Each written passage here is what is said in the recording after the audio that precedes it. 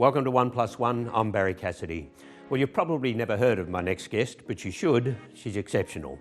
Her name is Rebecca West. She's a teacher, Deputy Principal at Bonnyrigg Public School in the southwest suburbs of Sydney. From that small spot on the globe, she made it into the top 10 in the search for the best teacher in the world this year.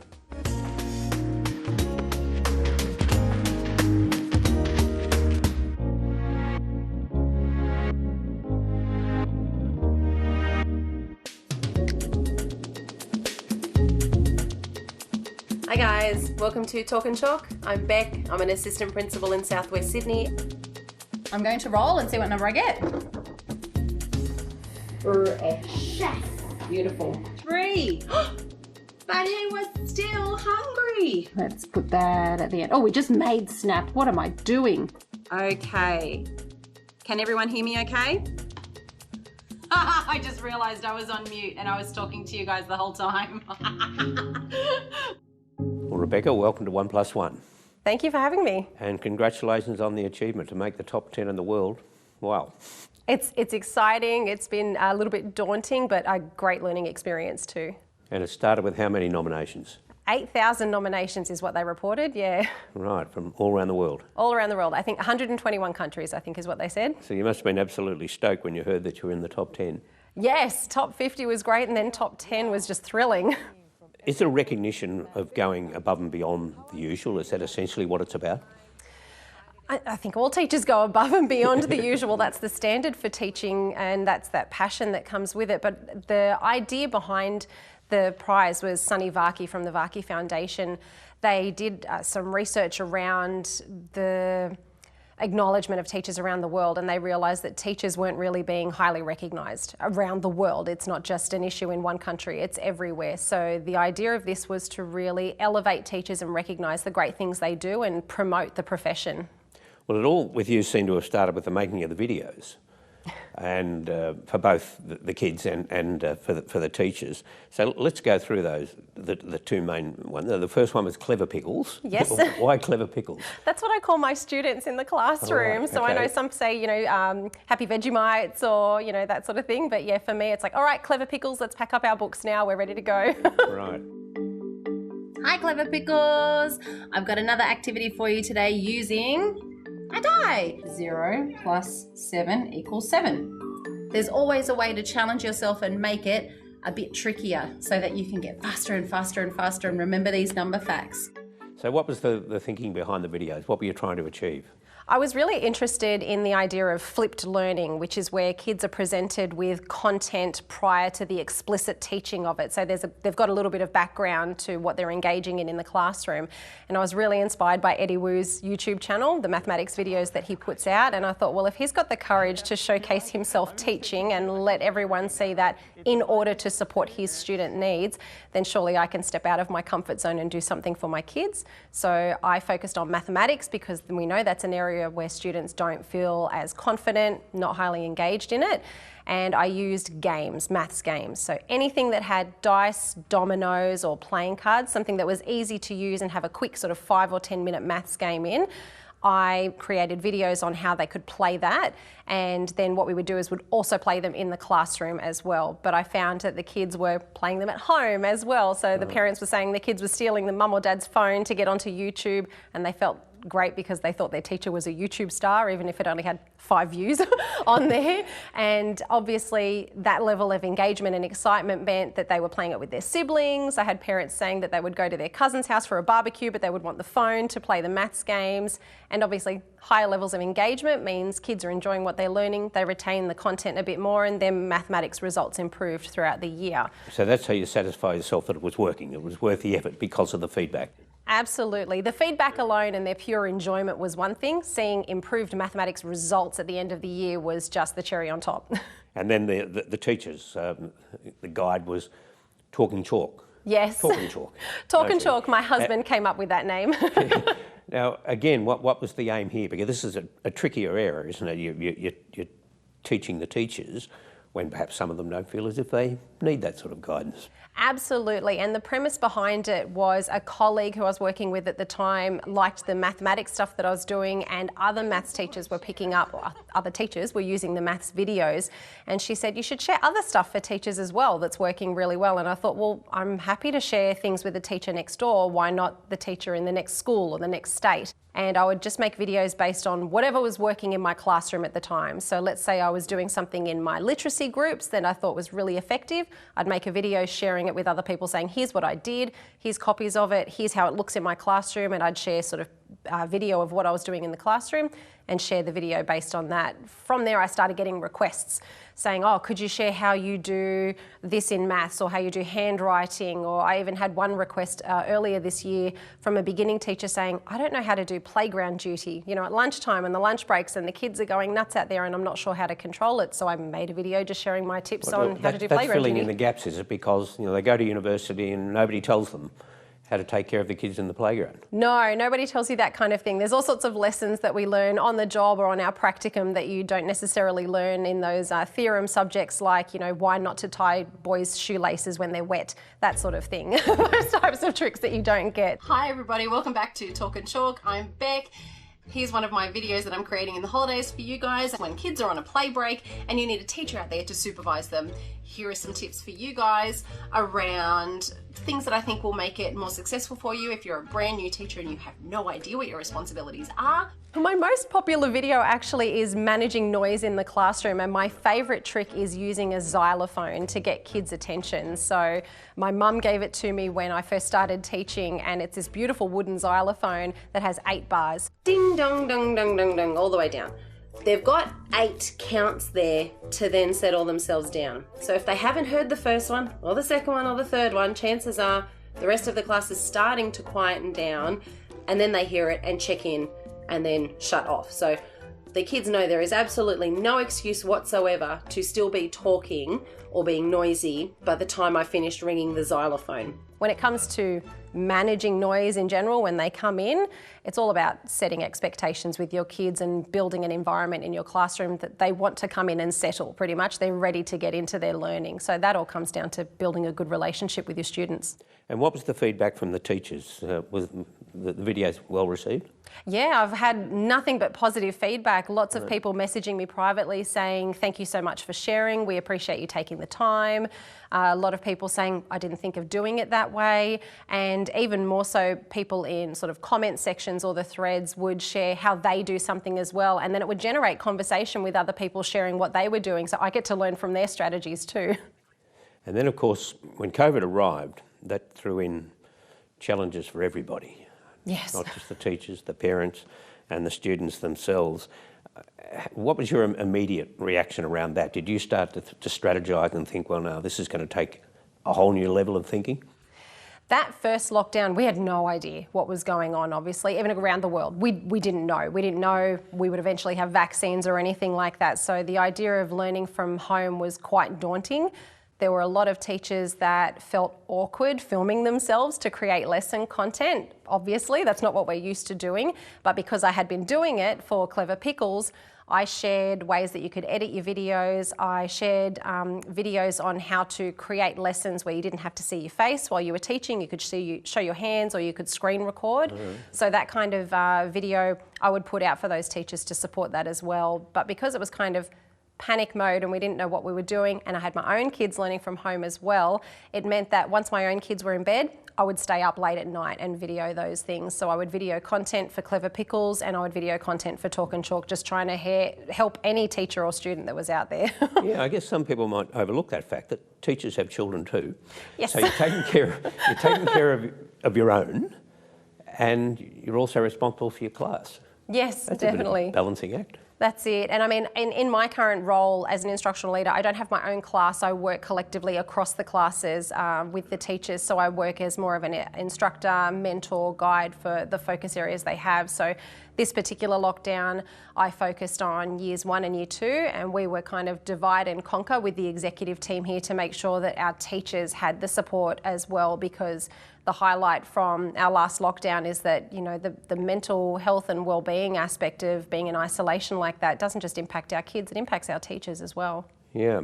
Just on that, you had special challenges here at Bonnyrigg. Is it 70% of the students, to them English is the second language? Yes, so I think it's almost 70%, mainly Vietnamese speaking as their first language. We have some other languages as well, and it's almost 20% Aboriginal students here as well. The biggest barrier we have obviously is that this is a low socioeconomic area, so very little access to technology in the community, which is hard when you're moving to an online platform for learning. Yeah, so how do you get around that? Because a lot of them wouldn't have PCs. They might have one, I suppose, mobile phone in the home. One mobile phone for some families, that's it. That's the device. When you've got 3 or 4 kids. Yes. How do you get around that? With a lot of difficulty. So it made it even harder second time round because of the restrictions around not allowing anyone to come on site to the school. So the first lockdown, we had days where we had pickup days, pack pickups, where you could come and you could collect books and playing cards and counters and pencils and all those sorts of things that they could take home and continue the learning. And we could do those pickups once a week or once a fortnight. But this second lockdown, no one was allowed to come out of their house, not even to come and pick up resources. So we had to mail things out to parents. So doing that. There was such a delay in the mail at times. There was, yep. So that meant having things done at least 3 weeks in advance. So I was getting put into the mail with the expectation that that pack wouldn't get used for another 3 weeks. So all those things were dated and very clearly marked so that when parents opened up those packs, they would go, this is for week 7 or whatever it was. And for those who were able to access learning online, there would be additional support materials in there. So teachers would make instructional videos that would go with the work. But again, having those that couldn't access online meant that they had to try and figure it out for themselves. And having parents who don't speak English at all, they can't read the instructions that go with it. So thankfully we have a teacher here who speaks Vietnamese, our community languages teacher. So he was just on the phone constantly trying to help translate to some parents. But it meant, yeah, not the same kind of high quality teaching that we would have in a normal situation, and that made it very difficult to stay on top of that learning during that time. Yeah, and with the communication thing, you say you have 1 or 2 who can interpret, but you'd be making phone calls all the time, wouldn't you? There'd be so much of your time would be taken up on the phone. Yes, absolutely, and that's a lot of what our teachers did. So I don't know if people have this image of teachers just on Zoom all day long, but you can't do that, and obviously not with little kids. There's no way they could do that. So we would try and have time for doing Zooms through the week, and then the rest of the time is teachers creating all of those resources, those packs to go out, checking in with what's coming in, but then on the phone talking to those families. And they're not 5-minute phone conversations, you know, they're long conversations with parents saying, my kids aren't sleeping well, or they've lost their appetite, or they're scared, they don't understand what's going on, they miss their friends, and there's a lot of support there for the parent as well as the family, because it was just a highly stressful situation. And they're not just missing their friends, they were missing all the activities that go on after school. There was none of that as well. That's right. Yeah, and did you in the end get a bit of an insight into home life and some of these places that you might not have known about because of the nature of the teaching? I think we do a really good job of using holistic practices here. So we know our families very well in their contexts, because if we don't use those inclusive practices to support our families, we're not going to get anywhere. We've got a lot of housing here that is established for refugees and for families that are fleeing domestic violence, and we're well aware of their situation when they come into the school. We have a fantastic community liaison officer here who supports our families. So if we've got families that are trying to get citizenship or things like that, she'll help them with paperwork, accessing Centrelink, those sorts of things. So I think that wasn't really an eye-opener. It was the technology poverty, really, that was the biggest eye-opener, you know, that understanding. We think of, oh, those kids are on the iPad all of the time, but then we have those families that literally had one device between parents and sort of 4 or 5 kids in that case. And for a lot of those families, they would normally rely on free Wi-Fi at Macca's, or they would go to the library to use the technology over at the library if they're trying to do a TAFE course. So suddenly having all of these kids being required to jump on Zoom or upload work to Google Classroom, they had minimal data packages. So some of our families really just didn't have the data to be able to send photos of work through. They would just have to get on the phone and say, well, here's what I did in my writing, and try and read it out to the teacher over the phone. So that was eye-opening, really seeing how limited technology is in this community, when it's a metropolitan community. It's not like it's the country where there's no access to it. If there's access to it, it's the impoverished nature of it. Mm-hmm. And were there any examples of parents who just didn't want to cooperate? They didn't think it was their responsibility to do it, or they might have had work, they were in emergency services or something and just couldn't be at home? Did you run into that situation very much? I don't think there were any parents that essentially said, no, not my job, I'm not doing it. We did have parents though who went, this is hard.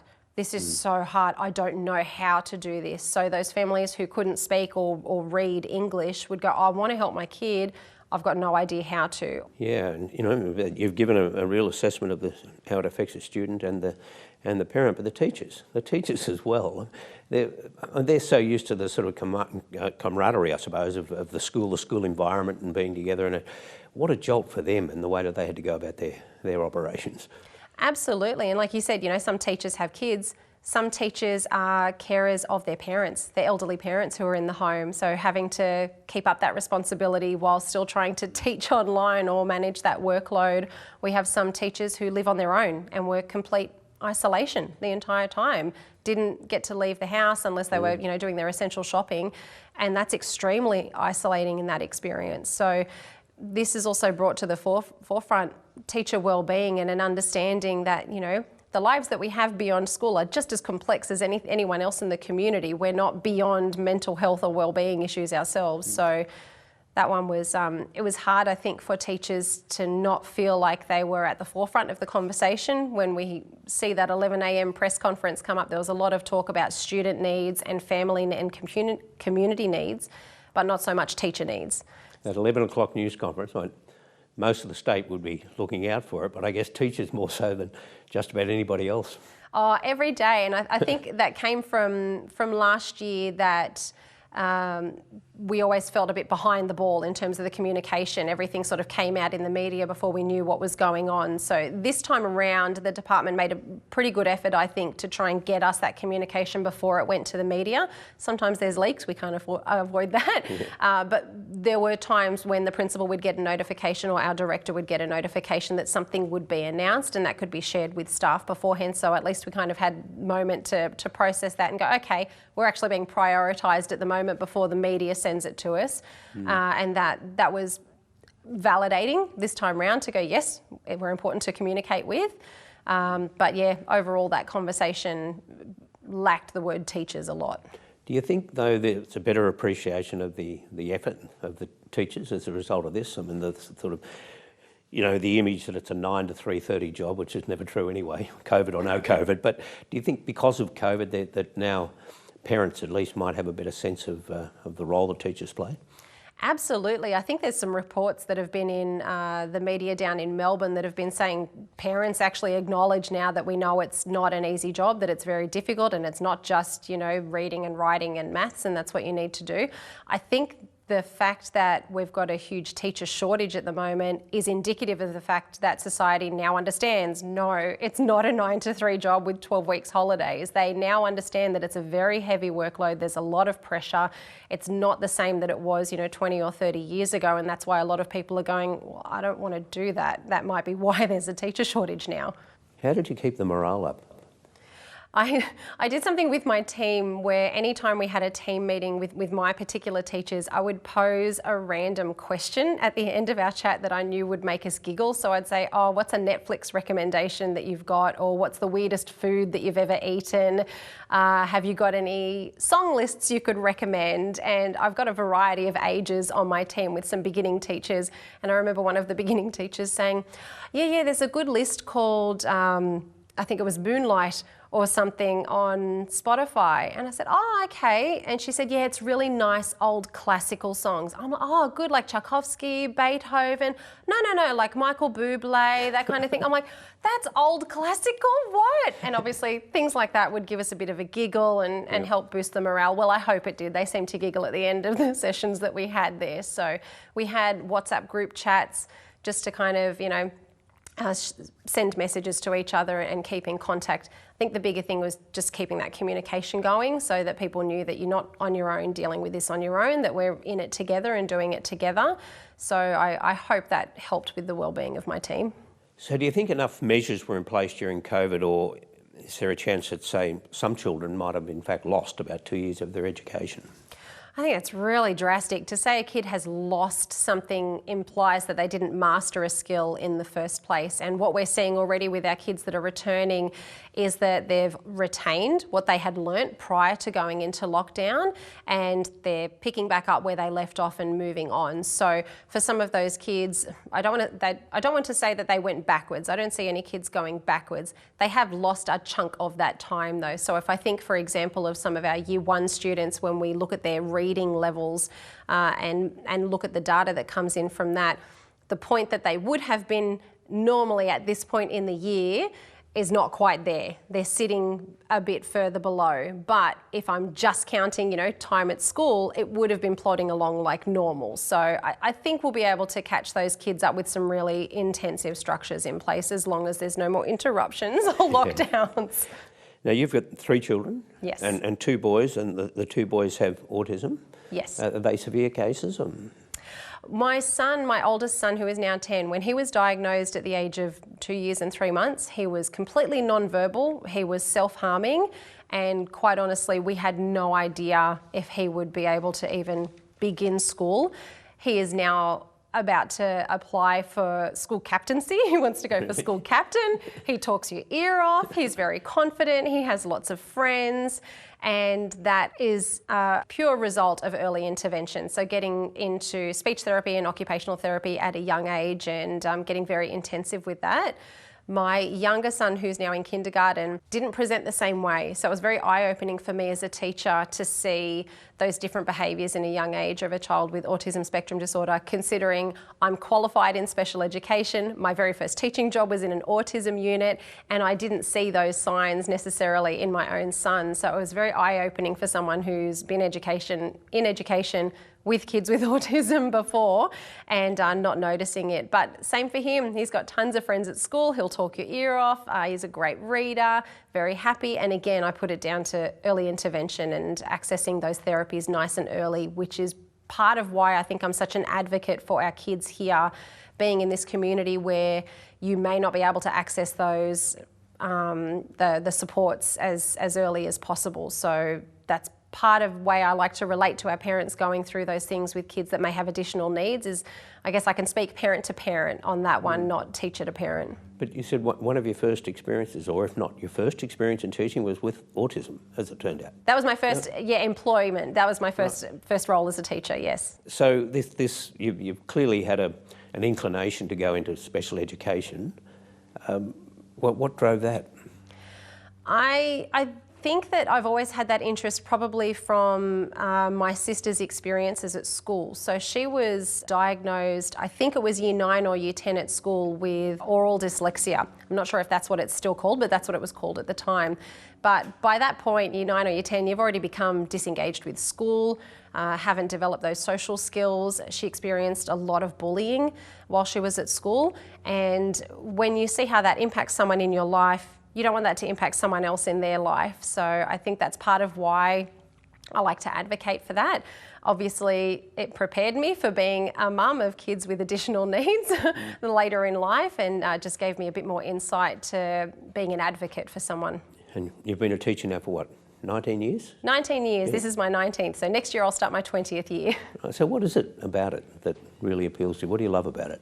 It sounds cliche, but I still love the light bulb moment that you see in kids when something switches on and they get really engaged in learning to the point where they get a thirst for it and they want to learn more. There's so much about this job that I love though. The fact that every day is different. Being a primary teacher means I teach all subjects, so I could be doing maths in the morning and art in the afternoon. There's a lot of variety. And working with other teachers is just being around people with passion. We have a passion to be able to make the world a better place, and we know that kids are amazing creatures when you get to the heart of it. Even those really tough kids have a really good spot in their heart that you know they can do great things. So yeah, it does sound a bit cliche about the light bulb moment, but something I love in being in a role where I'm an instructional leader means I get to see a light bulb moment in teachers as well when they figure out a way to support those kids that have challenging needs, and seeing them have that light bulb moment is pretty cool too. Looking to the future now, and hopefully it'll be free of COVID, but what would you say about education into the future? Is there Is there a need to refocus and start looking at things a bit differently? I'm really happy that there's a new curriculum coming, because we've been speaking for years about how crowded the curriculum is, how packed in, and the expectation on teachers to essentially parent our students as well as educate them in terms of what we're coping with during the day. So I'm really excited to see that get funneled out a little bit to the point where teachers can delve into good curriculum and focus on absolute priorities for our kids' literacy and numeracy needs. I think moving forward in terms of technology, that's something that needs to be a bigger discussion in terms of what happens in school, because I can provide them with technology here during the day, but as COVID showed us, they don't have it at home. How great is that skill set actually being developed? You know, we can teach them reading in the classroom and they can read at home, but if they don't have access to those things, then how can we support that? I have this really crazy idea moving forward for education that we will suddenly have classrooms that aren't dictated by our kids' ages. I like the idea of going, this is where a kid's point of need is, regardless of the fact that they turn 5 this year and they must start kindergarten this year. And that's a bit of a bold notion that I know other countries have been doing. So I'm really keen to see what that looks like in other nations. And I would hope that we would move more towards a model like that in the future. So you grade them according to their abilities rather than their age? Do we need grades, or do we just need to go, here's where you are at your point of need and here's where you're working towards in terms of moving forward? Because since I finished university, I haven't gotten graded on anything, and I think we're doing pretty good things in terms of our industry. Like, do we actually need grades? Is that what we need? And how would that work with the school kids? Would probably benefit from it, but what about those who are a little bit slower to learn? Would they be left behind? Well, the whole point is their point of need and where they need to get to. So whether or not they get there in an extra year or 2 extra years, the point is they get to successfully get there. I started university when I was 17 and I was sitting next to a woman who was a 55-year-old grandmother. We did the same study, the same learning, the same practicum, and we could be just as effective teachers. It didn't matter what our age was. And how do you measure the success of a teacher? Is there a better way of measuring those who should be rewarded and promoted ahead of the others? I think again comes back down to point of need of the student. So obviously if the point of need is looking at literacy and numeracy goals, you would want to monitor literacy and numeracy development. But if that particular child has a specific need in their social emotional development, you would want to monitor that, not just their academic needs as well, because we know moving into the future, the workforce that we're looking at, they don't just need literacy and numeracy skills, they need to have team development and communication skills and be able to get along with others as well. And if that's a skill set that they haven't developed and they haven't moved forward in, then we're just doing them a disservice. Well, that's the end of 2021 school year. Let's hope 2022 is free of COVID. I hope so. And really, congratulations on your achievement. It was a marvellous effort, and thanks for joining 1+1. Thank you so much for having me.